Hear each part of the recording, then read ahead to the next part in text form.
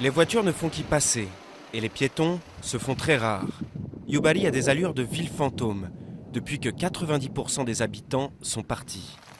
Située à Hokkaido, l'île la plus au nord du Japon, Yubari a fait faillite en 2007. Les mines, qui employaient autrefois la majorité de la population, sont aujourd'hui un musée. Cet ancien mineur s'est reconverti en guide, mais se sent abandonné par le gouvernement. À Yubari, il n'y a pas de jeunes. Depuis que la ville a fait faillite et qu'il n'y a plus de travail, tout le monde a déménagé ailleurs. J'aimerais qu'on reçoive des aides de l'État, car les jeunes sont de plus en plus nombreux à partir et la ville est devenue très morose. La plupart des écoles ont fermé et l'hôpital fonctionne au service minimum. La ville a tenté de se reconvertir dans le tourisme sans succès. Aujourd'hui, elle croule sous les dettes. 45% de la population a plus de 65 ans et les quelques jeunes qui restent doivent payer la note.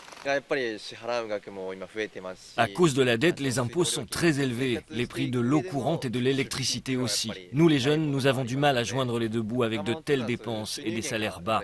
Ce ne sont pas des conditions faciles. Aujourd'hui, les transports en commun sont rares et la rigueur est partout. Même les fontaines municipales ont été arrêtées. Venu de Tokyo, le nouveau maire compte redresser la ville, car l'enjeu dépasse largement celui de Yubari. Pour lui, cette ville est un cas d'école, le modèle miniature de ce que risque de devenir bientôt le Japon. C'est triste à dire, mais comme à Yubari, la population du reste du Japon chute considérablement.